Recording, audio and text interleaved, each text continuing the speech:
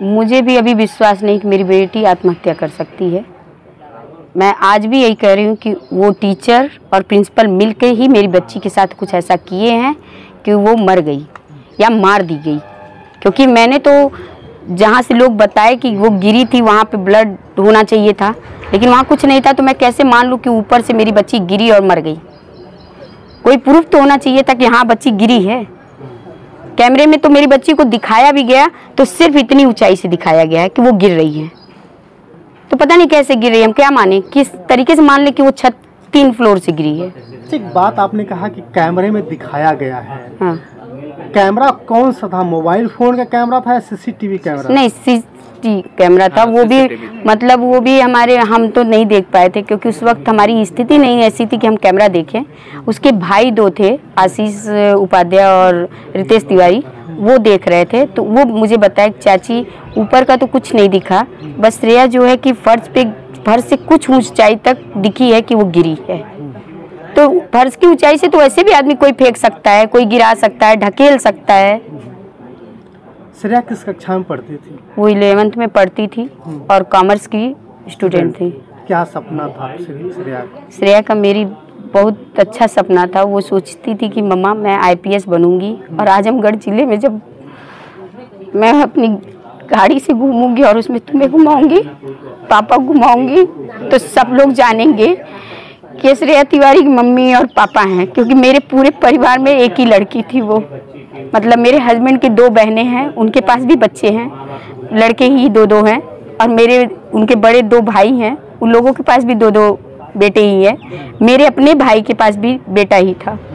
तो वो कहती भी थी मम्मा मैं 11 भाइयों में अकेली हूँ ना, तो मैं ऐसा कुछ करूँगी कि लोग कहेंगे कि 11 भाई की ये वो बहन है जो इतना ऊंचाई तक गई है। आपकी बेटी पे नाज था? हमें बहुत नाज था। हमें ही नहीं नाज था, मेरे पूरे परिवार को, मेरे मैके की साइड उसके मामाओं को भी था कि नहीं मेरी भांजी इस तरीके की होगी। तो आपसे ये जानना चाहते हैं कि जिस दिन आपकी बिटिया घर से निकलती है स्कूल के लिए, कैसे गए थे? बस से गई थी, ऑटो से गई थी? नहीं, यहाँ से मेरी बच्ची, यहाँ से तो दरवाजे से मैंने उसको स्कूटी पे बैठा के भेजा था, क्योंकि मेरे हस्बैंड इस बच्चों को लेके बहुत केयरफुल हम लोग रहते थे, किसी के भरोसे नहीं छोड़ते थे। तो यहाँ से बैठा के वो रोड तक, आप लोग देखे होंगे मेन रोड कहाँ है, वहाँ तक गए थे और उसको ऑटो पे अपने हाथ से बैठाए थे और बैठा के उसके बाद तब आए थे।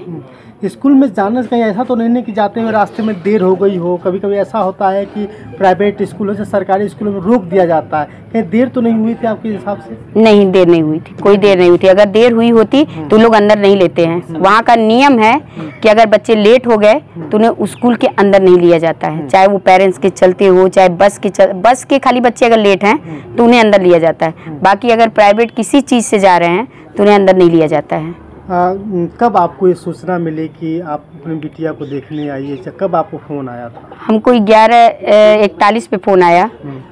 मेरे हस्बैंड ने उसके पहले ही मुझे बता दिया था कि फ़ोन आने वाला है स्कूल से, तुम उठा लेना। मैं तैयार हो रही थी, बच्चे को लेने जाना था, छोटे वाले बच्चे को मैं स्कूल से लेने जाती हूँ। दूसरे स्कूल? हाँ, दूसरे स्कूल, संबीम स्कूल मेरे घर के पीछे है, उसी में जा रही थी। तो फ़ोन आया, तो सर उनका कटने के बाद तुरंत सर का फ़ोन आया। मेरी बच्ची ने मेरे मोबाइल पे अपने सर का नंबर सेव कर रखा था। तो फ़ोन आता है तो मैं देखती हूँ कि सर का नंबर है, फिर फ़ोन उठाते हैं तो कहते हैं कि सर, फिर वो बोलते हैं कि हेलो श्रेया की मम्मी बोल रही है। हम कहें हाँ सर आप बोलिए क्या बात है। कहें आप अब स्कूल आ सकती हैं? तो मैंने कहा क्यों सर क्या बात हुई? तो कहे कोई बात नहीं है, बच्चियों का बात है, थोड़ा बच्चों का, आप चली आइए तो फिर बात करते हैं। तो मुझे कहीं ना कहीं अंदेशा लगा कोई बात हो गई है, लग रहा बच्ची कहीं डर ना जाए, इसलिए मैंने कहा सर ऐसा है कि आप जो है कि श्रेया से मेरी बात करा देते थोड़ी देर, तो मैं बात कर लेती तो फिर आती, फिर क्योंकि मुझे समय लगेगा यहाँ से आने में, भाई 20 से 30 मिनट लग सकता है। तो बोले कोई बात नहीं, आप जो है कि बच्चे को ले के आइए, हम तब बात करेंगे।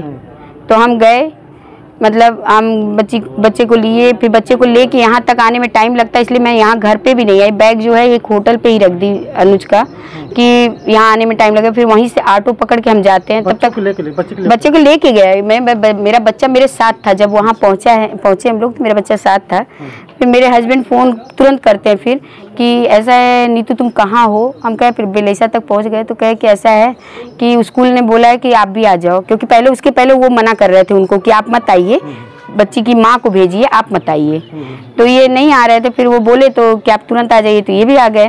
तो ये हरबंशपुर जो है पहलवान मूर्ति तक ये पहुँचे हुए थे, फिर मैं भी पहुँची। तो हम लोग तीनों लोग इकट्ठा होके जब गए स्कूल की तरफ, मिशन की रोड पे, तो मिशन की रोड से स्कूल का आपने देखा होगा कि अंदर रोड जा रहा है, उसी रोड पे एक घर के किनारे एकदम जो है बाएं साइड, मेरे हाथ के बाएं साइड जो है कि एक एम्बुलेंस खड़ी थी वैन की, उसी एम्बुलेंस में एक लड़की की मतलब बॉडी पड़ी थी और उसे जो है कि चद्दर, सफ़ेद चद्दर से ढका हुआ था। और वहाँ उसके पास जो है दुबे जी गेटमैन है, मैं नहीं पहचानती थी, मेरे हस्बैंड पहचानते थे क्योंकि वो आते जाते थे तो मिले थे जी। तो वो खड़े थे, तो इनको लग गया शायद कि लड़की स्कूल की है। तो ये बोले कि कौन है कौन है, तो मैं भी उतर गई, मैं पूछी क्या हुआ कौन है, तो कहे कि कुछ नहीं हुआ है, आप जाइए स्कूल में। अच्छा। तो ये बोले कि ये क्या मेरी बेटी है। हम लोगों को लगा शायद इतना घबराहट हो रही है तो हो सकता है मेरी बच्ची तो नहीं है, मन में आशंका हुई। तो ये बोले क्या श्रेया है, तो बोले नहीं आपकी श्रेया नहीं है, वो तो स्कूल में आप जाइए, प्रिंसिपल ऑफिस आपको बुलाया गया, आप वहाँ जाइए। मतलब उसको भी पता था कि हमें बुलाया गया है। तो हम लोग दोनों लोग जाते हैं स्कूल में, तो गेट पे भी हमें रोका जाता है क्योंकि उन्हें लगा कि शायद हम लोग मीडिया उडिया को लेके आए हों, तो इसलिए हमें रोका जाता है। उसके बाद हम अंदर जब जाते हैं तो हम बोलते हैं मतलब श्रेया के मम्मी पापा हैं, तो हमको अंदर लेता है, देखते हैं पूरा अफरी तफरी के जितने लोग हैं, जो छोटे छोटे प्यून हैं या कोई भी है टीचर, वो हम लोगों को ऐसे घूर रहे हैं कि जैसे हमने कोई क्राइम कर दिया है या कुछ कर दिया है। फिर उसके बाद मैं देखती हूँ कि बच्चियाँ 2-4 बच्चियाँ बेहोश हैं, उनका हाथ पैर रगड़ा जा रहा है, ट्रीटमेंट दिया जा रहा है। और भैया वो ट्रीटमेंट में मैं गई, मुझे लगा हो सकता है मेरी बच्ची भी कहीं बेहोश हो। श्रेया मैं जब बुला रही हूँ तब तक एक टीचर मुझे डांटते हैं, कहते हैं हाँ आप मत आइए, आप जाइए प्रिंसिपल ऑफिस में। जब मैं प्रिंसिपल ऑफिस में जाती हूँ तो वहाँ क्या देखती हूँ। अभी मैं रोकना चाहूँगा, जब बेहोश बच्चे पड़े हुए थे, उनके हाथ पैर रगड़े गए थे, तो क्या आप जानने की कोशिश की कि आखिर में वहाँ उनके पैर क्यों रगड़े जा रहे हैं, कि आखिर क्यों उनके? मैंने पूछा, मैं बता तो रही कि मैं पूछी, उससे पहले वो मुझे डांट के कह रहे हैं आप यहाँ मत रुकिए, आप प्रिंसिपल ऑफिस जाइए। तो जब मैं प्रिंसिपल ऑफिस जाती हूँ वहाँ देखती हूँ 30-35 लोगों का समूह वहाँ खड़ा है, इकट्ठा खड़ा है प्रिंसिपल ऑफिस। हाँ, क्योंकि वहाँ ट्रेनिंग दी जा रही थी कि माँ बाप जिसकी बच्ची मर गई है वो आ रहे हैं, तो एक साथ ऐसा बयान देना कि किसी का बयान अलग ना हो, जैसे सिखाया जाता है। हमने क्राइम पेट्रोलों में भी देखा है, कई जगह देखा है कैसा होता है, तो वहाँ भी सिखाया जा रहा है। तो मैं वहीं डर गई, मुझे लगा कि कुछ अब बड़ा है। तो फिर तब भी हम हिम्मत जुटा के हस्बैंड और मैं अंदर गई, और मैं अभी पहुंचती अंदर तक उनके मतलब केबिन तक, उस मतलब बेंच तक, उसके पहले मुझसे सवाल बहुत हाइपर मूड में प्रिंसिपल ने पूछा, जो मिश्रा हैं, वो कहती हैं क्या आपने अपनी बच्ची को मारा पीटा था घर पे, उसको टॉर्चर किया था, कोई दिक्कत हुई थी, लड़ाई झगड़ा हुआ था क्या? तो हम कहा ऐसा है कि फालतू बात मत करिए और कहानी मत गढ़िए, आप मुझे बताइए मेरी बेटी कहाँ है, तुरंत बताइए मेरी बेटी कहाँ है। तो वो कह रही हैं अरे आपकी बेटी नहीं है, वो तो मर गई। क्या उनके चेहरे पे मायूसी दिख रही थी उन सारे लोगों को? नहीं, शायद ये चीज और कोई बताता ना तो उसकी आंखें नम होती। आसान भाषा में उन्होंने कहा कि आपकी नहीं, गुस्से में कहा, आसान भाषा में भी नहीं कह सकते, गुस्से में कही कि आपकी बेटी मर गई। क्योंकि मैंने सवाल जो पूछ दिया ना, वो मैंने अब जाना है कि उसके अगेन अगर कोई खड़ा होता है तो उसको बहुत जल्दी हाइपर होती है वो, तो उसको लगा कि, तो फिर मैं बोली कि अगर वो मर गई तो आपने मुझे क्यों नहीं बताया या क्या हुआ। और फिर यहाँ जो है कि आपके उसमें जो है प्रशासन क्यों नहीं है। मेरी बेटी अगर मर गई, कोई भी एक्सीडेंट भी होता है तो प्रशासन पहले पहुँचता है। तो बोलती हैं कि ऐसा कुछ नहीं है। और मेरे हस्बैंड जब फ़ोन मिलाने लगते हैं तो वहाँ के जो टीचर रहते हैं, जेंट्स टीचर, मेरे हस्बैंड को, मेरे बच्चे को जबरदस्ती, मेरे बच्चे का तो ऐसे मुंह दबाया गया, मैं देखी। अच्छा। मेरे बच्चे को चुप रहो, रो मत, रोने तक नहीं दिया जा रहा था। ये कहा जा रहा था कि आप रोइए मत, क्योंकि क्लास चल रहा था। तो कहे आप चिल्लाइए मत यहाँ हमारे परिसर में, और चिल्लाइए मत, रोइए मत। तो हम लोग फिर मुझे लगा, तो ये फ़ोन की अपने मतलब इनका परिचय किसी था एसपी को, उनको उन्होंने फ़ोन किया इसलिए, तो उनकी फिर रिंग 2 बार पूरी गई लेकिन नहीं उठा। तो कहीं ना कहीं दिल में ये आया कि लोग बड़े लोग हैं, हो सकता है पहले से मना कर चुके हों, तो इसलिए नहीं फ़ोन उठा रहे हैं। तो फिर हम कहे ऐसा है कि आप भैया को फ़ोन करिए। जो भैया मेरे बगल यूपी बोर्ड में ही इनके बड़े भैया हैं, वो पढ़ाते हैं आज 94 से, सन 94 से उसी स्कूल में मैथ के टीचर हैं, बीके तिवारी।